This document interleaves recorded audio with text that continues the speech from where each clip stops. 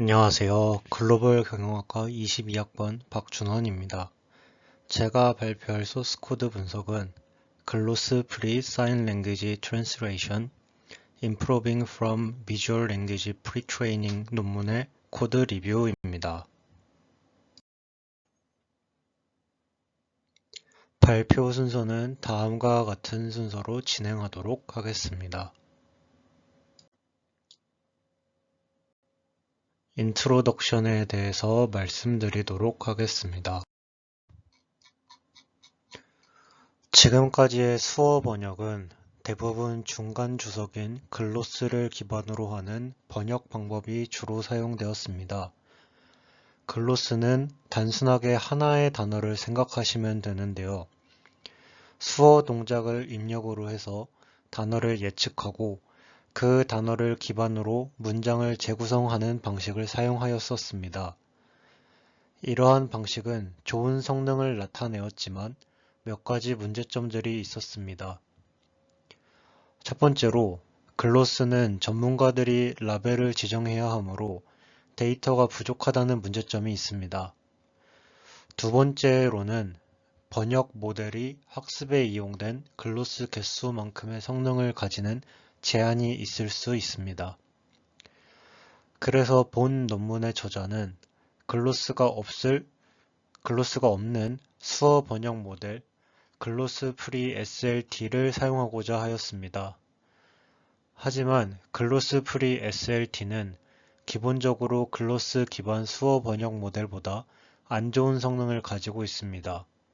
그래서 성능 개선을 위해 본 논문에서는 마스크드 셀프 슈퍼바이스드 러닝과 클립을 합친 비주얼 랭귀지 프리 트레이닝 방법과 엔드-투-엔드 글로스 프리 SLT 모델 GFSLT를 제안하였습니다. 다음으로는 Related Work 부분으로 넘어가도록 하겠습니다.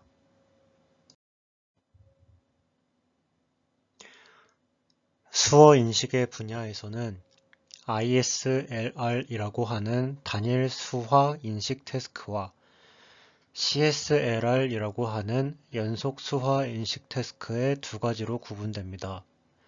ISLR은 하나의 단어를 나타내는 수어 동작 영상을 입력으로 하면 해당하는 단어를 예측하는 태스크입니다. 상단 예시 이미지를 보면 단일 수화 단어 프레임을 입력받아서 하나의 단어 걷다를 인식하는 것을 확인할 수 있습니다. 반대로 CSLR은 연속적인 수화 동작 영상 전체를 입력해서 그 동작의 모든 단어를 인식하는 태스크를 말합니다. 하단 예시 이미지를 보면 전체 수화 영상 프레임을 입력해서 그에 해당하는 단어 시퀀스, 나, 공원, 걷다를 인식한 결과를 볼 수 있습니다. 보통 CSLR은 연속된 영상 중 어디까지가 한 단어를 나타내는지 구분해야 하므로 ISLR보다 어려운 태스크입니다. 하지만 수어 인식은 결과적으로 글로스를 예측하는 것을 목표로 하기 때문에 본 논문에서는 수어 인식 없이 수어 번역을 시도합니다.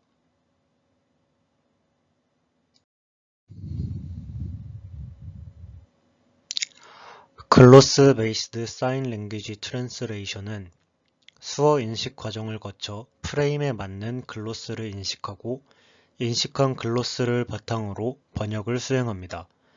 보통 인식한 글로스들의 순서는 구어와 다르기 때문에 어순에 맞지 않습니다.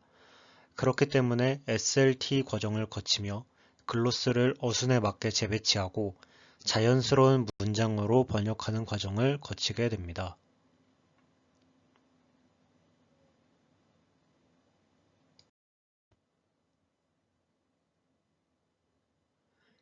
글로스 베이스드 사인 랭귀지 트랜스레이션의 기존 연구에 대해서 말씀드리겠습니다.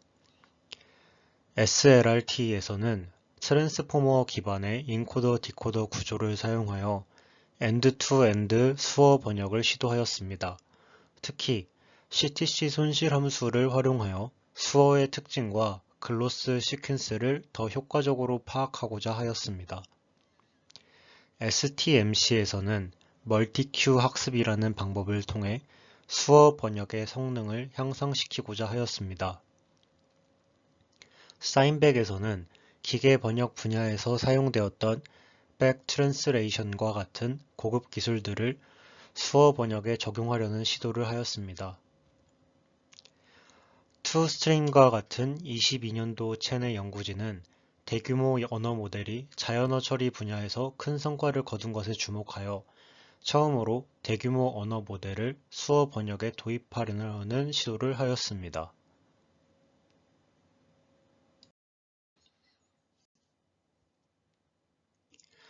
글로스 프리 수어 번역은 중간 단계인 글로스 인식을 거치지 않습니다.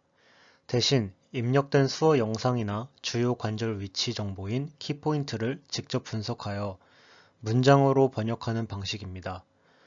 글로스 데이터에 대한 제약이 없지만 글로스 기반 방식보다 성능이 낮다는 단점이 있습니다.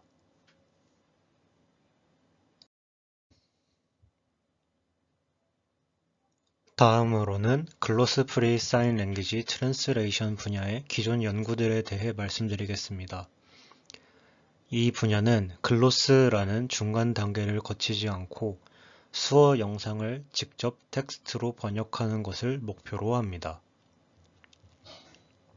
먼저 NSLT 연구에서는 CNN을 사용하여 수어의 시각적 특징을 효과적으로 학습하고 어텐션 메커니즘을 적용한 RNN을 통해 시퀀스 모델과 텍스트 생성을 수행했습니다.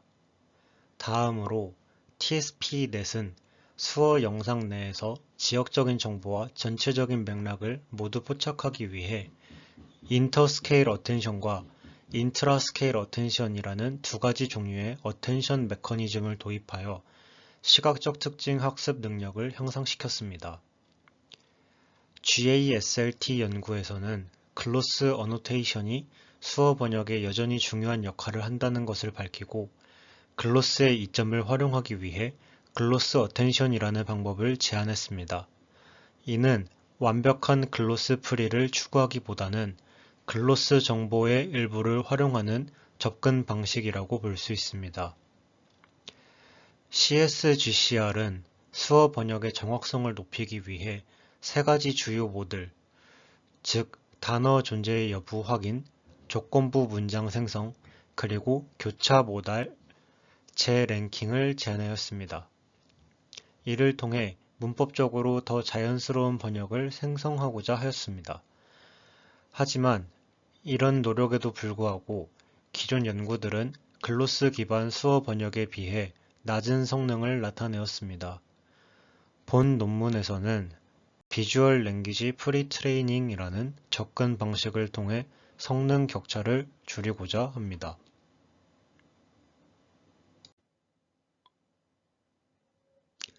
다음으로는 메소드 부분으로 넘어가도록 하겠습니다.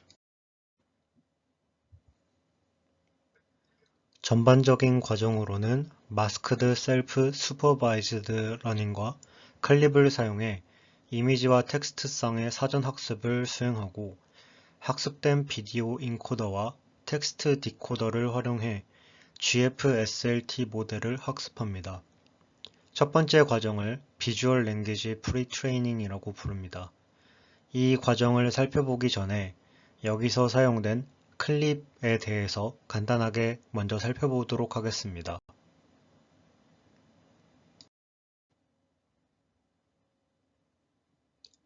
클립은 이미지와 텍스트를 연결하는 대표적인 기술로 대조학습이라는 자기주도 학습 기법을 활용한 방법입니다. 이 기술은 이미지와 그에 해당하는 텍스트를 동시에 학습시켜 두 가지 정보가 의미적으로 일치하도록 유도합니다.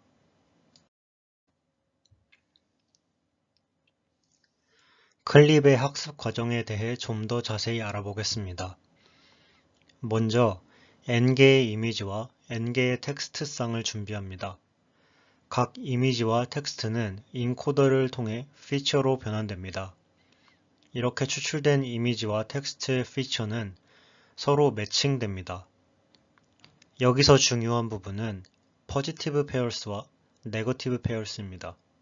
positive pairs는 올바르게 매칭된 이미지와 텍스트쌍을 의미하며 이들은 cosine similarity가 높은 값을 가지도록 학습됩니다.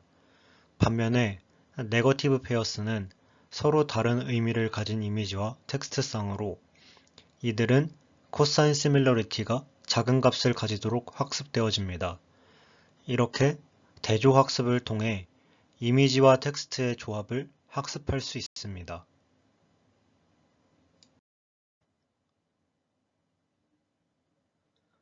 대조학습 기법으로 클립의 학습을 완료하면 이제 제로샷 프레딕션을 수행할 수 있습니다. 제로샷 프레딕션은 모델이 한 번도 학습하지 않은 새로운 문제를 예측하는 방법을 의미합니다. 이 과정에서 예측할 이미지와 n개의 클래스드 텍스트를 각각의 인코더에 입력하여 피처를 추출합니다. 그런 다음 각 피처의 유사도를 계산하여 가장 높은 코사인 시밀러리티 값을 가진 클래스를 선택하고 이를 예측 결과로 분류합니다. 이 방식은 클립이 사전 훈련된 모델을 활용하여 새로운 클래스에 대해서도 적절한 예측을 할 수 있도록 해줍니다.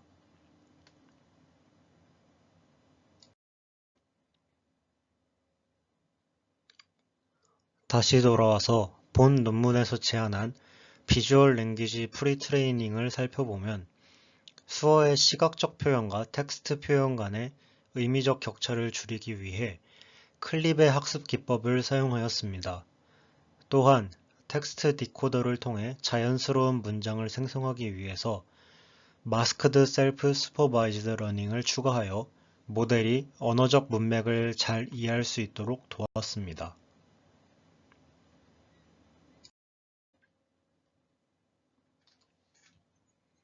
여기서 마스크드 셀프 슈퍼바이즈드 러닝이란 텍스트 문장에서 일정 부분을 가린 후 그 가린 부분을 맞추며 학습하는 방법입니다.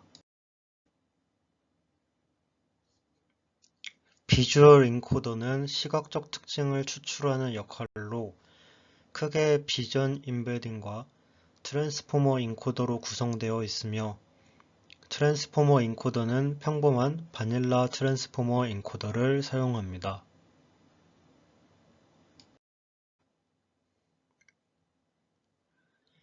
비주얼 임베딩은 웨이트 쉐어링 2D CNN을 사용하여 각 프레임에서 일관된 피처 맵을 추출하고 이를 통해 각 프레임의 공간적 특징을 효과적으로 캡처합니다.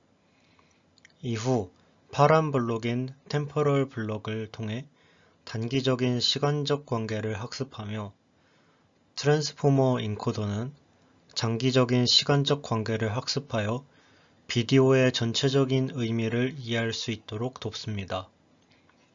템포럴 블럭은 단순하게 CONV1D, 배치 노멀라이제이션, 렐로 액티베이션, 풀링으로 구성되어 있습니다.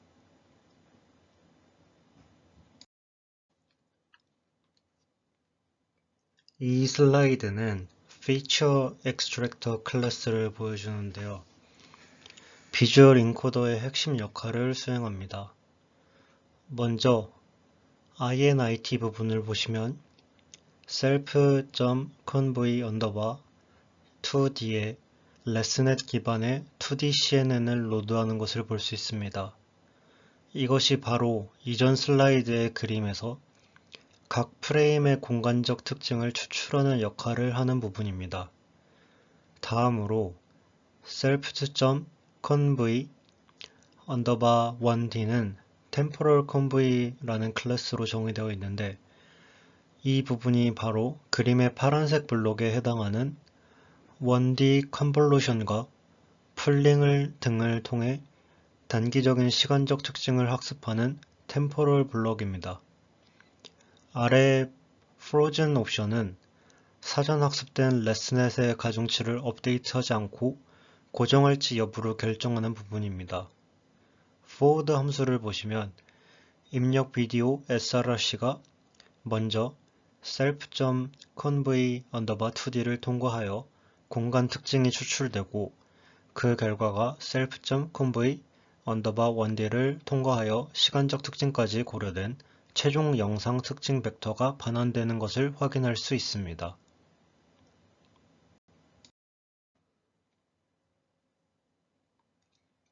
앞서 언급된 temporal conv 클래스의 내부 구현을 조금 더 자세히 보여드리겠습니다. 이 클래스는 비주얼 임베딩 내에서 단기적인 시간적 관계를 학습하는 템포럴 블럭의 역할을 합니다. conv 언더바 타입과 kernel 언더바 사이즈 같은 파라미터를 받아서 템포럴 블럭의 구성을 설정합니다. 코드에서는 커널 크기가 5인 conv1d와 풀링 크기가 2인 maxpool1d의 레이어를 2번 반복하여 사용하는 설정을 볼 수 있습니다. 그리고 이 conv1d, 배치놈, 렐루, maxpool 레이어들을 순차적으로 nn.sequential 모듈에 추가하여 self.temporal_conv를 구성합니다. forward 함수에서는 self.temporal_conv를 통과시킨 후 btc 형태로 변경하여 반환합니다. 이 과정을 통해 입력 비디오 시퀀스는 시간적으로 다운샘플링 되면서 단기적인 시간적 특징이 압축됩니다.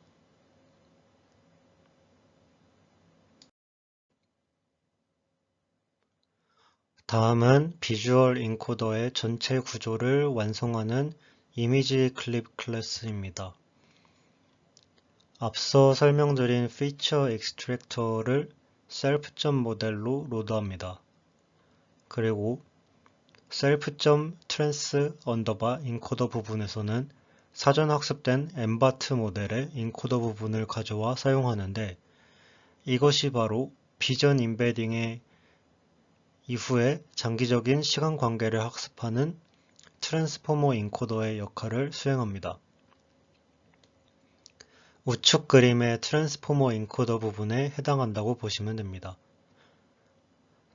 또한 비전 트랜스포머에서처럼 시퀀스 전체를 대표하는 특징을 만들기 위한 self.cls_token과 최종적으로 특징 벡터를 클립의 임베딩 공간으로 투영하기 위한 self.im_head 리니어 레이어도 정의되어 있습니다. 이 이미지 클립 모듈은 비디오 입력을 받아 공간적, 시간적 특징을 추출하고 트랜스포머 인코더를 통해 최종적인 비디오 임베딩을 생성하는 역할을 합니다.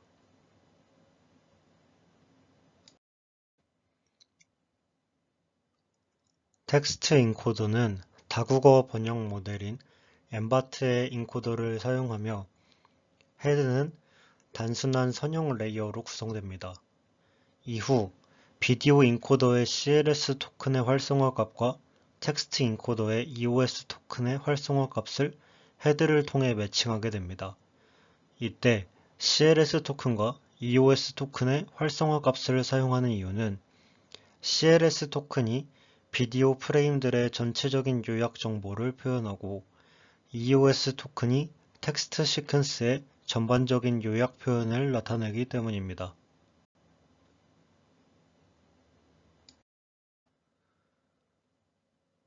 텍스트 인코더 부분을 구현한 텍스트 클립 클래스 코드입니다.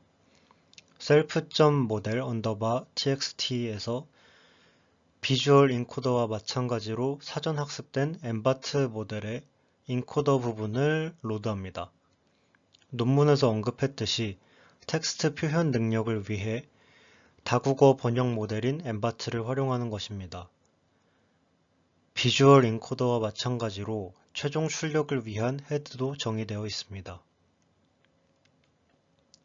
포워드 함수에서는 입력 텍스트를 받아 엠바트 인코더를 통과시켜 텍스트 특징을 얻습니다. 클립의 컨트라스티브 로스를 계산하기 위해서는 문장 전체의 의미를 담는 벡터가 필요한데 여기서는 문장의 끝을 나타내는 EOS 토큰에 해당하는 위치에 인코더를 출력 아웃풋을 사용합니다. 이 아웃풋은 헤드를 통과하여 최종적으로 비주얼 인코더의 출력과 비교될 텍스트 임베딩이 되며 동시에 전체 인코더 출력 txt 언더바 로지스트도 반환하여 이후 텍스트 디코더에서도 사용하게 됩니다.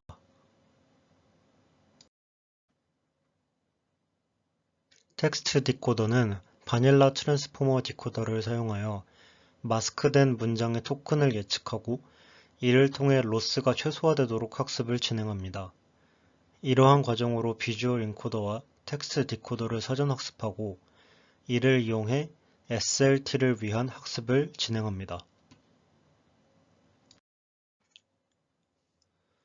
이 코드는 VLP의 세 번째 구성 요소인 텍스트 디코더, 즉 텍스트 언더바 디코더 클래스를 보여줍니다.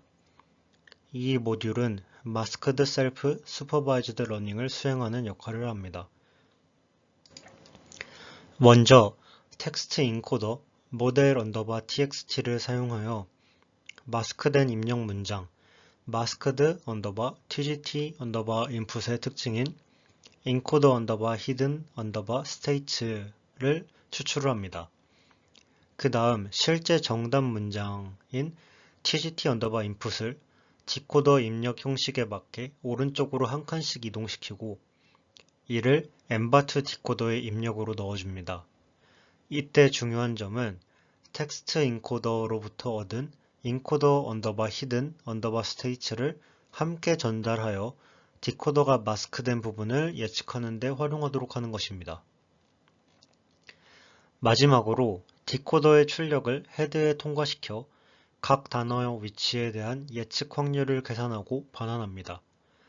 이 예측 확률과 실제 정답 단어를 비교하여 크로스 엔트로피 로스를 계산하고 모델을 학습시킵니다.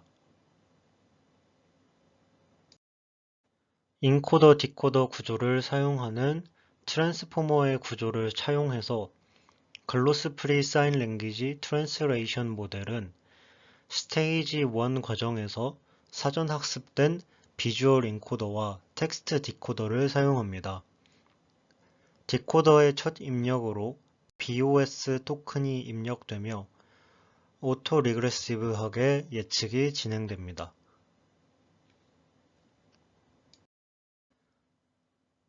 VLP 단계에서 사전 학습된 모델들을 활용하여 최종적인 수어 번역을 수행하는 글로스 프리 SLT 모델인 글로스 언더바 프리 언더바 모델 클래스의 코드입니다. 셀프.점 백본으로 VLP 단계에서 사용했던 피처 익스트랙터를 로드하여 비주얼 인코더의 역할을 하도록 합니다. 그리고 셀프.엠발트에서는 엠발트 모델 전체, 즉 인코더와 디코더를 모두 포함하는 모델을 로드합니다. 여기서 비주얼 인코더 부분은 우리가 셀프.점 백본으로 추출한 비디오 특징을 사용하게 되고 디코더 부분은 VLP에서 사전 학습된 텍스트 디코더의 가중치를 이어받아 사용하게 됩니다. 입력 비디오 src 언더바 인풋을 share 언더바 forward 함수를 통해 비디오 특징 input 언더바 embed과 attention mask, attention 언더바 mask로 변환합니다. 그리고 이 비디오 특징을 엠바트 모델의 input 언더바 embed로 정답 문장을 라벨스로 전달하여 번역을 수행합니다. 모델은 내부적으로 인코더 디코더 구조를 통해 입력된 비디오 특징을 바탕으로 타겟 문장을 예측하고 최종 로직을 반환합니다. 이 로직과 실제 정답 문장 간의 크로스 엔트로피 로스를 계산하여 전체 모델을 엔드-투-엔드 방식으로 학습시킵니다. 다음으로는 익스페리먼트 부분으로 넘어가도록 하겠습니다.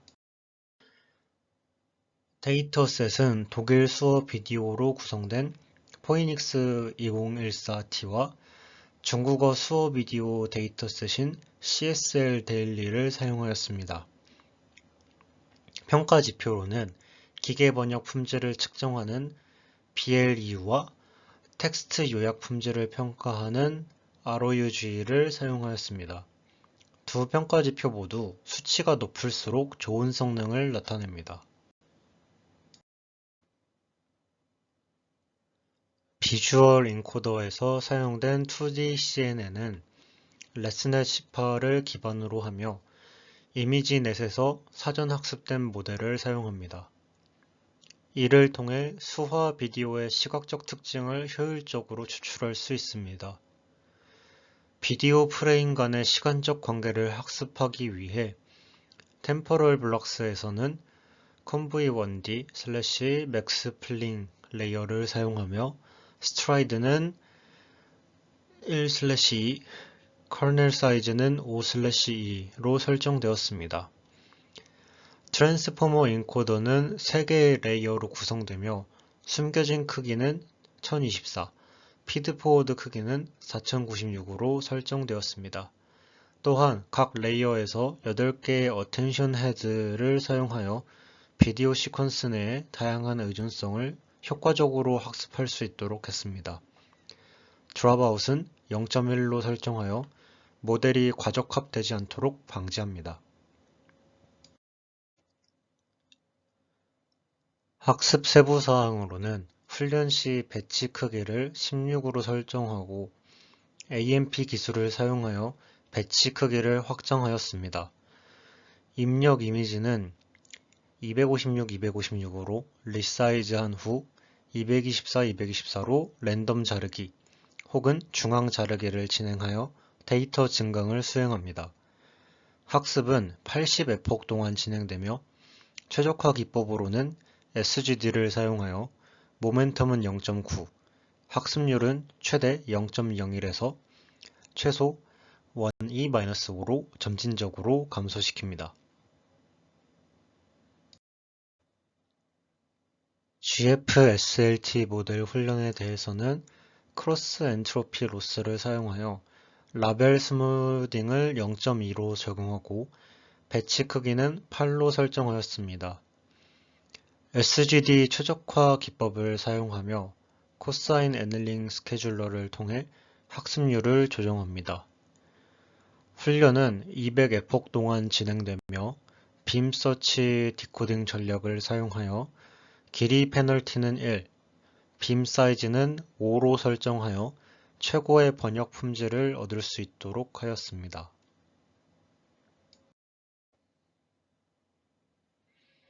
기존의 방식과 포이닉스 14T 데이터셋으로 성능 비교 시 GFSLT 모델이 기존의 글로스 프리 SLT 방법들과 비교했을 때 상당한 성능 향상을 이룬 것을 확인할 수 있습니다.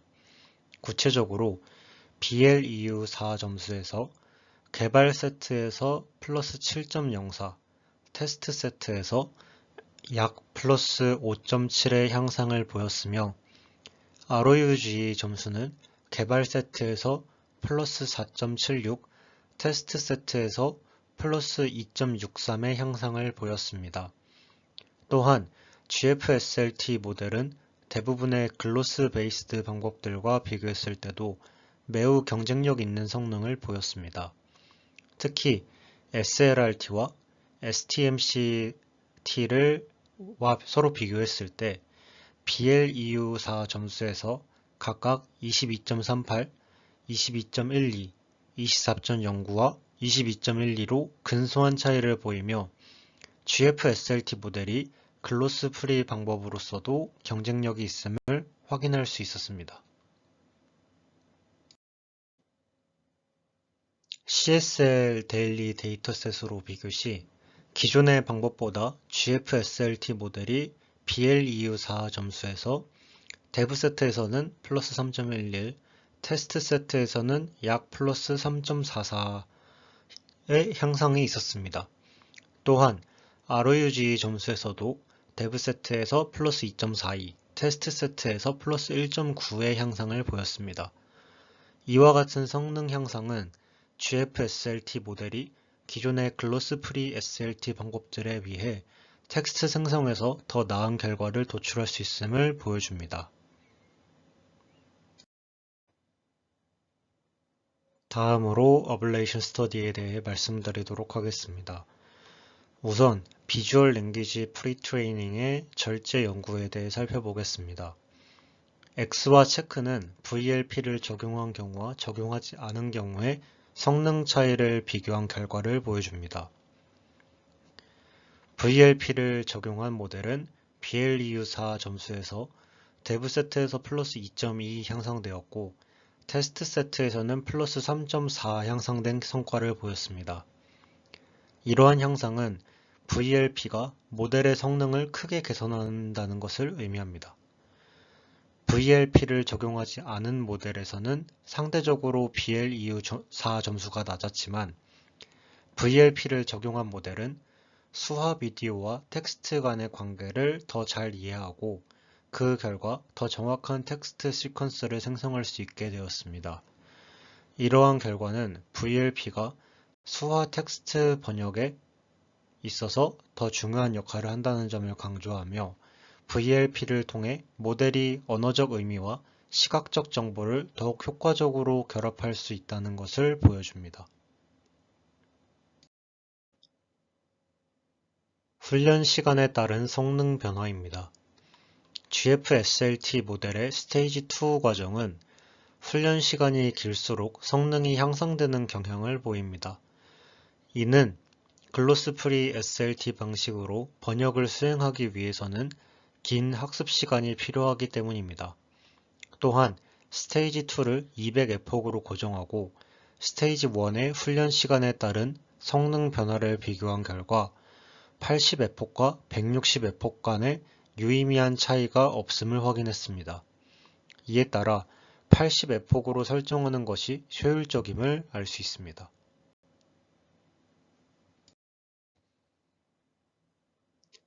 다음은 모델 파라미터 크기의 변화가 모델 성능에 미치는 영향을 분석한 결과를 보여줍니다.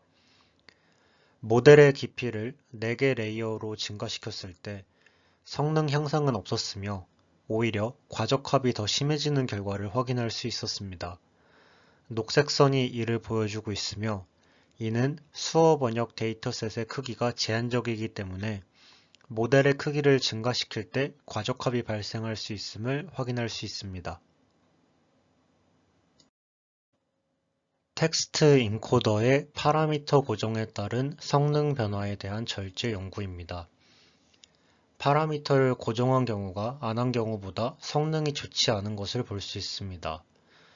텍스트 인코더와 비주얼 인코더 간의 기본적인 특징 표현이 다르기 때문에 텍스트 인코더의 파라미터를 고정하면 두 인코더가 공통의 표현 공간으로 최적화될 수 없습니다.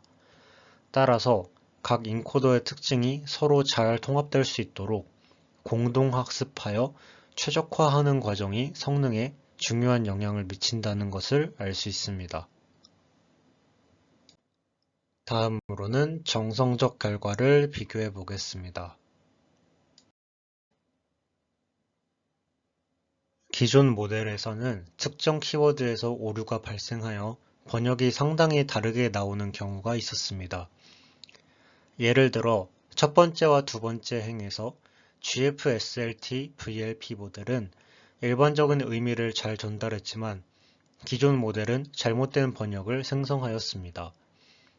또한 GFSLT VLP 모델은 기존 모델에 비해 명사와 고유 명사를 더 정확하게 인식하고 장소 이름과 달 이름을 정확하게 번역하는 데 있어 더 나은 성능을 보였습니다. 예를 들어 세 번째와 네 번째 행에서 GFSLT VLP는 장소와 날짜에 대한 번역에서 더 정확한 결과를 나타냅니다. 다음으로는 컨클루전 부분으로 넘어가도록 하겠습니다. 마지막으로 이번 연구의 주요 결론을 정리해 보겠습니다. 첫 번째로 마스크드 셀프 슈퍼바이즈드 러닝과 클립을 활용하여 수어와 텍스트 간의 관계를 효과적으로 파악할 수 있었습니다. 이를 통해 모델의 수어의 시각적 특징과 텍스트의 언어적 특징을 더 잘 이해하도록 돕는 중요한 기반을 마련했습니다. 두 번째로 VLP로 사전 학습된 인코더와 디코더를 활용한 파인 튜닝이 모델의 성능 향상을 이끌었습니다. 이러한 방법들을 기반으로 GFSLT는 글로스 프리 방식에서도 우수한 성능을 달성할 수 있었습니다. 이러한 결과는 수어 번역 기술을 한층 더 발전시킬 수 있는 중요한 기초를 마련했으며 향후 실제 응용에서 더 나은 성능을 기대할 수 있게 합니다. 다음은 리프로듀스 부분으로 넘어가도록 하겠습니다. 논문의 환경은 4개의 RTX 3090 GPU, 파이토치 1.11.1과 쿠다 11.3, 파이썬 3.8로 실험하였습니다. 저는 한 개의 3090 GPU, 파이토치 2.4.1과 쿠다 11.8, 파이썬 버전은 동일한 3.8 버전으로 설정하였습니다. 다만 논문의 실험 환경에서는 4개의 GPU를 병렬적으로 사용하여 총 8 배치 사이즈로 설정하였지만 저는 한 개의 GPU만 사용하므로 2 배치 사이즈로 설정하고 학습을 수행하였습니다. 우선 아나콘다의 가상 환경을 설정해 줍니다. 가상 환경의 이름은 GFSLT로 하고 파이썬 버전은 3.8 버전으로 설정합니다. 그리고 requirements.txt 파일을 사용해서 관련 패키지를 전부 인스톨합니다. 다음으로 허깅 페이스에 접속해서 엠바트 모델을 설치해야 합니다. 설치한 모델은 pretrain models 디렉토리 하단에 엠바트 trimmed 디렉토리에 저장되어야 합니다. 그리고 이렇게 설치한 엠바트 모델을 전부 사용하게 되면 GFSLT에서 사용할 수 있도록 전처리하는 과정이 필요합니다. 엠바트는 다국어 번역 모델이므로 전체 언어를 사용하게 되면 사전의 크기가 무겁기 때문에 필요한 언어만 사용하는 전처리 과정입니다. 우선 HAP 트림으로 전처리에 필요한 패키지 설치를 수행합니다. 그리고 tools 디렉토리 안에 trim_model.py 파일을 실행시키면 자동으로 전처리가 수행되며 그 결과는 pretrain_model 디렉토리 하위에 mytrain에 저장됩니다. 자세한 구조는 우측과 같습니다. 학습을 하기 위한 데이터셋인 포이닉스 14T 데이터셋을 저장하고 저장한 경로에 맞춰 confix의 config_cross_free 설정 파일에 image_patch 값을 수정합니다. 자신의 환경의 데이터셋 경로에 맞춰서 작성하시면 됩니다. 포이닉스 14T 데이터셋에 대한 재현 결과 논문에서 보고된 BLEU4 점수인 22.12에는 다소 미치지 못하는 20.71을 기록했습니다. 논문은 4개의 GPU를 사용한 반면 재현에서는 1개의 GPU만 사용하였는데 VLP의 핵심인 대조학습 방식은 일반적으로 배치 사이즈가 클수록 좋은 성능을 보이는 경향이 있습니다. 따라서 이번 재현 과정에서의 컴퓨팅 자원 차이, 특히 배치 사이즈의 제약이 성능 차이의 주된 원인일 수 있다고 분석됩니다. 그럼에도 불구하고 VLP를 통해 유의미한 성능 향상을 확인하였으며 이는 언어 정보를 활용한 시각 표현의 학습의 중요성을 다시 한번 보여줍니다. 향후 충분한 컴퓨팅 자원을 확보하여 실험을 진행한다면 논문의 결과에 더 근접할 수 있을 것으로 기대하며 나아가 자원 제약 환경에서도 효율적으로 VLP를 적용할 수 있는 방법에 대한 후속 연구도 의미가 있을 것으로 보입니다. 이상으로 발표를 마치도록 하겠습니다. 지금까지 들어주셔서 감사합니다.